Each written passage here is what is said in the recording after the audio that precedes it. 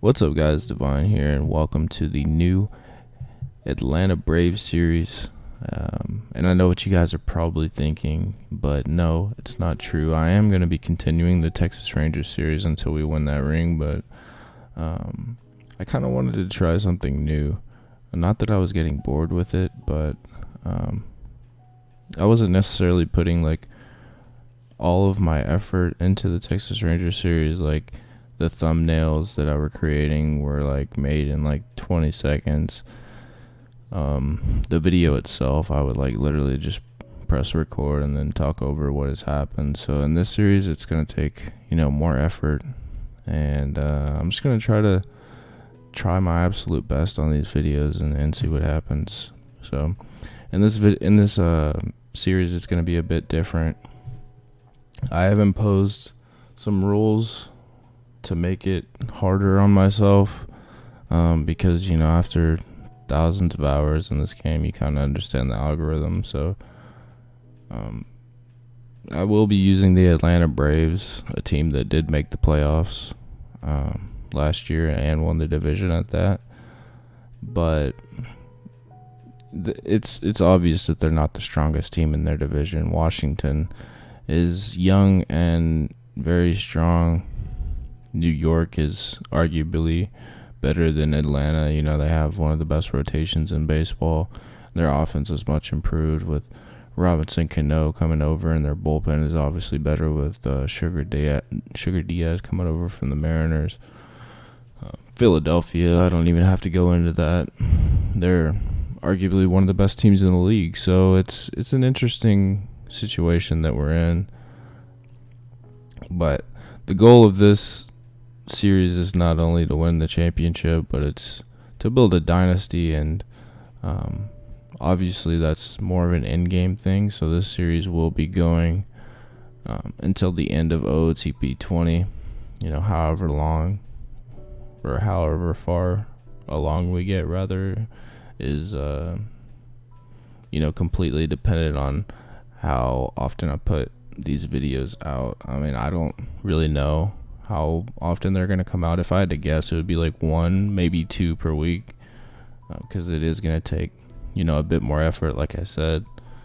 But we are going to continue the Texas Rangers series, so that's no issue. But the rules that I was talking about that I have imposed on myself for this series are: there's only one trade per year, unless for some reason we are selling at the deadline, and hopefully we're not doing that since we're trying to build a dynasty. Only 2 waiver wire pickups during the season.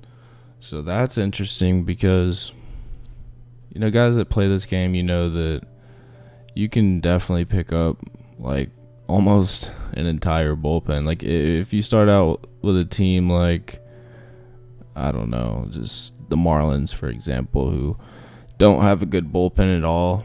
They have like Drew Steckenrider as their closer. You can still build a good bullpen in, the span of like a year, just picking up guys off the waiver wire. So only 2 per year. And we are going to try to build up our farm system through the draft. Technically, we do have one of the best farm systems in baseball. We'll take a look at that. But some of these guys, don't look like they're going to pan out in OOTP, and it's very starting pitching heavy. So we only have a select few of good position players coming up through the minors. So, but we'll take a look at that all later. And only allowed 1 international amateur free agent every other year.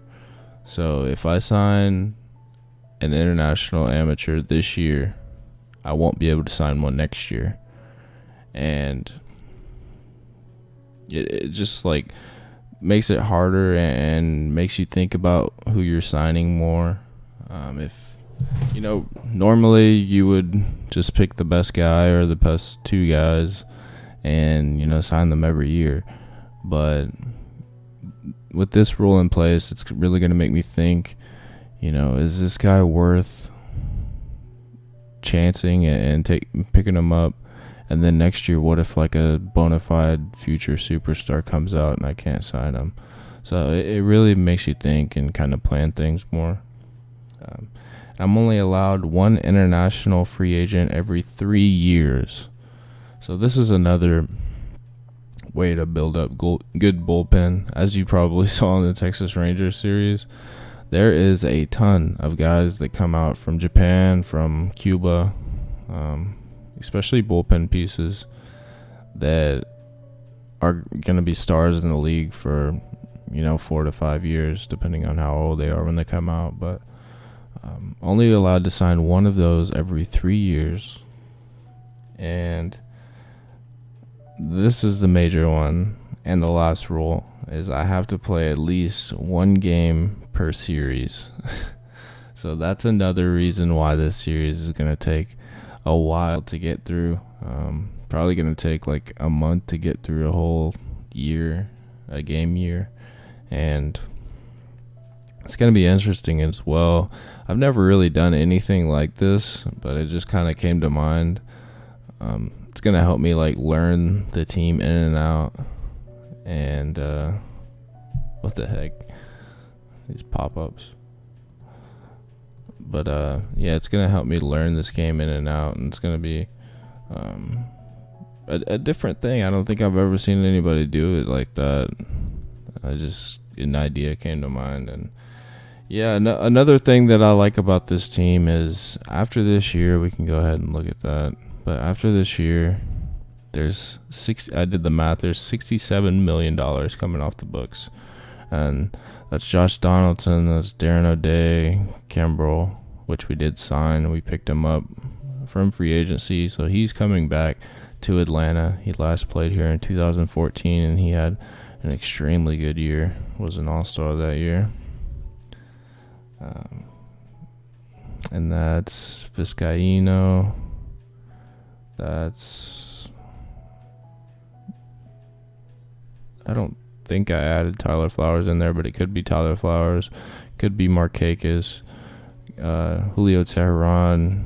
These guys have team options.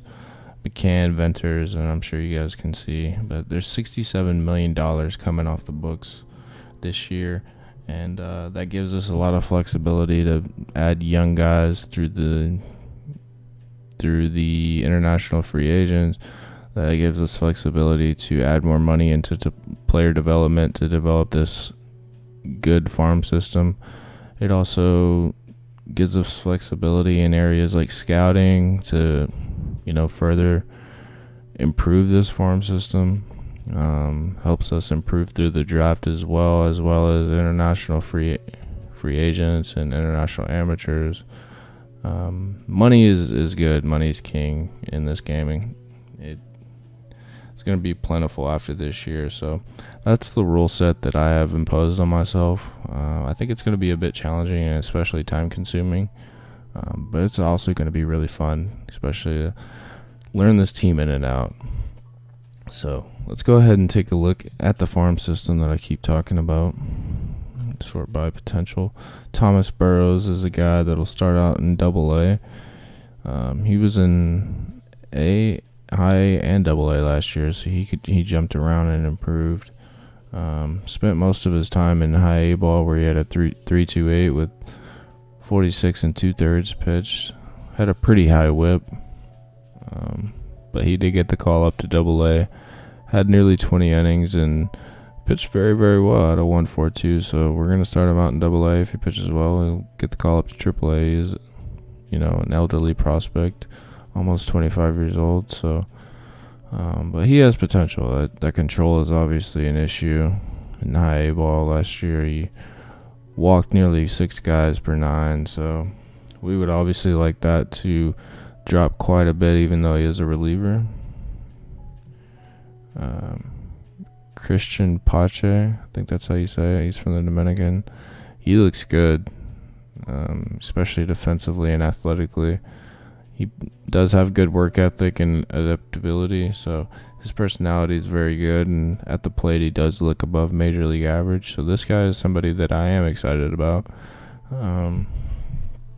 Has pop, he hasn't developed it yet. But last year in high A, he did hit 8 homers, and so it is there.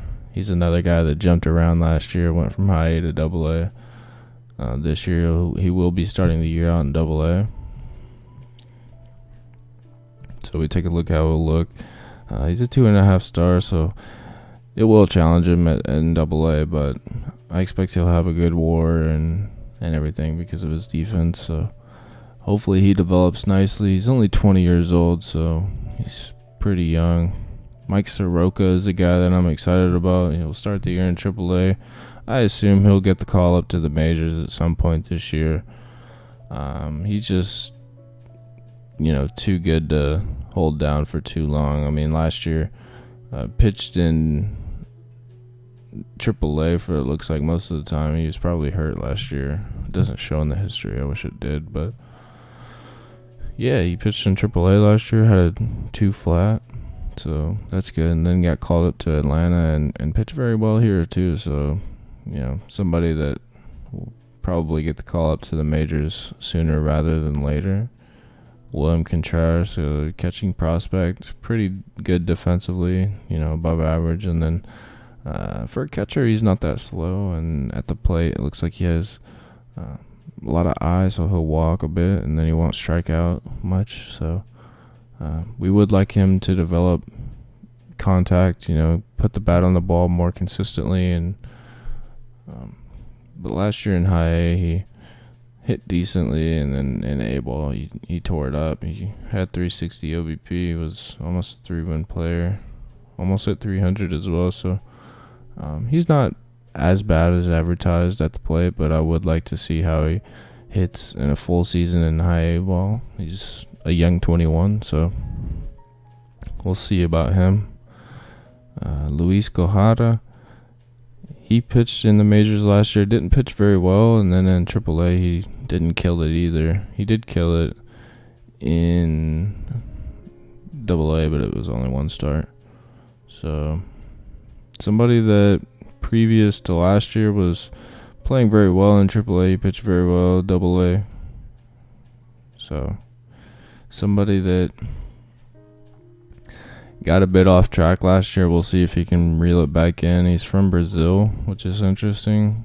Has good stuff, just maybe at this point a bullpen piece. I don't know. Geraldo Quintero looks like, he's really raw, so you can't really make a pinpoint on who exactly he is, but has a lot of pop, obviously.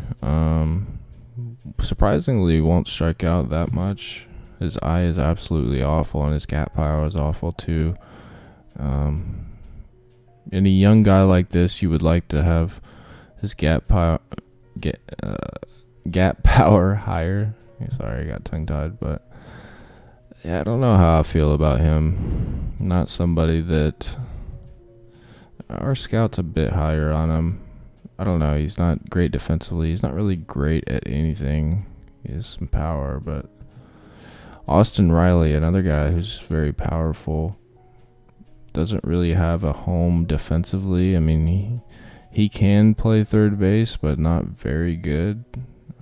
So it's not somebody that you would want at the hot corner. But you could stick him at first base, it looks like, and he could develop there. And he does have the body type for it. I don't know how I feel about Austin Riley. We'll just have to see how he hits this year. Last year killed it in AAA. So maybe somebody that gets called up with an injury or two. We'll just have to see. But, if he forces his way into the lineup, he'll have to play. They're starting him out in AA. Sorry, I haven't changed anything. I haven't moved many guys around, but I will move him up to AAA as he did play very well last year. And Brooks Wilson, not a guy that I'm particularly excited about. It looks like he is a hitter as well. Very raw though, and he's 23, so I doubt he develops much higher. Kyle Wright is a guy that in real life I'm very high on. Great fastball, great curveball. outside of that, he doesn't have much off speed to get guys out. But he does have a good fastball to get ahead in the count. Does throw a pretty good cutter as well. Just need him to develop that control a bit, because especially with his arsenal, he needs to throw strikes and get ahead of guys, because he doesn't really have the off speed to put guys away like that. He does have a great curveball, but other than that, lacking a bit. Last year he pitched excellent in AAA, came up, threw out of the bullpen it seems, but we will be starting him out in AAA and for now, but he is knocking on the major league door. Colby Allard is another guy that's knocking on the major league door. He was originally slotted in the majors, but we moved him down. Last year pitched fantastic in AAA, but I want him to stay in AAA. I mean, we just, as you guys can see, we have too many arms to play all of them, especially when we have, guys like Gossman, Teheran, and Newcomb. Newcomb is another guy, but he seems ready. If he's walking too many people, then we're going to have to call up probably Kyle Wright. But like I said, none of this is set in stone. I'm going to be playing with this team a lot, and we'll just kind of see how things go. Ian Anderson is another guy that has control issues. His stuff is fantastic, but I have seen him develop into a beast in this game. He will start the year out in AA. He just needs to improve that control. So Ian Anderson is the guy that I'm excited about, along with Kyle Wright, Thomas Burrows, and Mike Soroka. Tristan Beck, guy drafted last year in the first-year player draft. I think it was the fourth round, okay. So, pretty good fourth-round pick. Looks like he'll have decent control. Not somebody that's going to beat you with stuff. Might end up being a bullpen piece, if anything. So, yeah, not a lot of upside there. Shane Carl is a guy that I'm not particularly excited about either. Tucker Davison, another starting pitching prospect. Grant Dayton, a lefty. He's 31. What the heck? Oh, this is just... I thought this was like only prospects, but yeah, that makes a lot more sense. Okay, so Grant Dayton, a guy that pitched in the Dodgers system last year. How long was he a Dodger? Okay, so it looks like he was with the Marlins, then got traded in 2015. Yeah, 2015 he got traded to the Marlins, or signed or whatever, or the Dodgers, sorry, and came up in 2016, pitched very, very well for the Dodgers, went back down for some reason. I guess he got hurt, and then last year struggled a bit for the Dodgers, so he won't start the year with the club.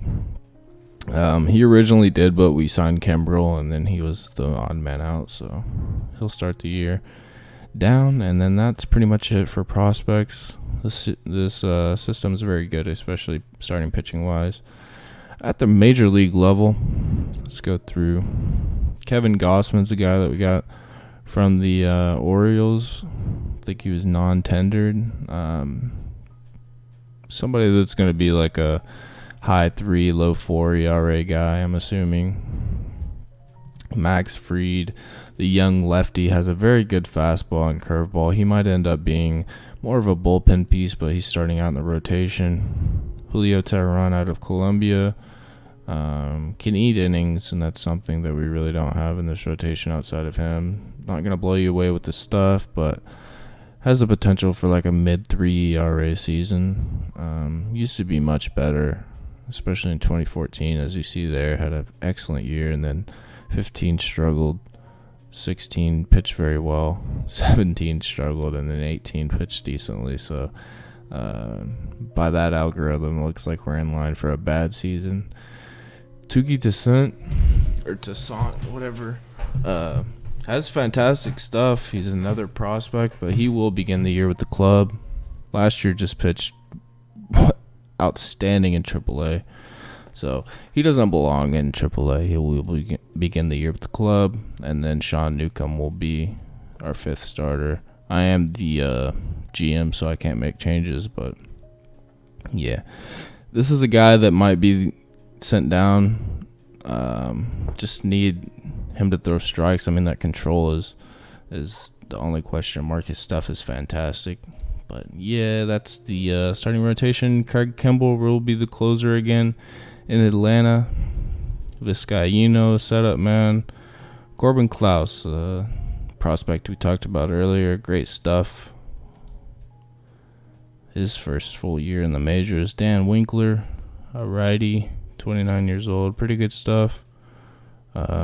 Pitched well last year, so that's good. Bryce Wilson, more of a long relief guy. Could also be a SWAT starter for us if need be. Great locker room guy. Johnny Venter is the left-hander, 34 years old, so more of a veteran arm out there. He was an all-star, although it was in 2011, but it was with us, so good to have him back. Chad Sabatka, a guy that has probably the best stuff coming out of this bullpen. Tops out at 99, 100, and as you can see, his stuff is just fantastic with the wipeout slider. We just need him to throw strikes. And then Newcomb will be our 5th starter. Lineup-wise, Ender NCRT will be the starting center fielder and the starting center fielder going forward, as he is locked up for at least the next 4 years. Nick Markakis is the guy that will be here at least this year, potential for next year as well. That team option. And Ronald Acuna, the man of the hour, just signed to a 10-year extension, so I have to add that in here. But man, we all know what kind of player he is. I'm so excited to have him on the club for the coming years. Freddie Freeman, the cornerstone first baseman, great defensively, one of the best defensively in the game, and is locked up over the next 3 years on a pretty team-friendly deal on a guy like him. So excited about Freddie. Josh Donaldson comes over here on a 1-year deal, as we did, struggle last year with like Camargo and others playing third base. So Josh Donaldson will be an everyday third baseman, which is somebody we haven't had since Chipper Jones. Ozzie Albies, somebody that's a bit weird. I mean, last year he was more of a contact guy. Looked like he was going to be like a 70, 75 contact guy. And then last year he hit 24 bombs and became more of a power guy. So, but nonetheless, good at the plate regardless of what he's doing, and great in the field as well. So love Ozzie Albies. Dansby Swanson might not be the shortstop like in 4 or 5 years, but right now he's a solid option. I mean, he can play decent defense, above average defense, great in the locker room, and decently athletic as well. So Brian McCann comes back to Atlanta to play catcher for us. It'll only be for 1 year, but we'll see how he does. And we do have Tyler Flowers if he just struggles mightily. But that's the team. I'm excited for this series. Can't wait to see how it plays out with this rule set. I've never done anything like this, and I can't remember seeing anybody that's done anything like this on YouTube. So thank you guys for watching. I got some games to play if I want to see you guys at the first year player draft. But anyways, thank you guys for watching. I'm really excited for this series, and peace out.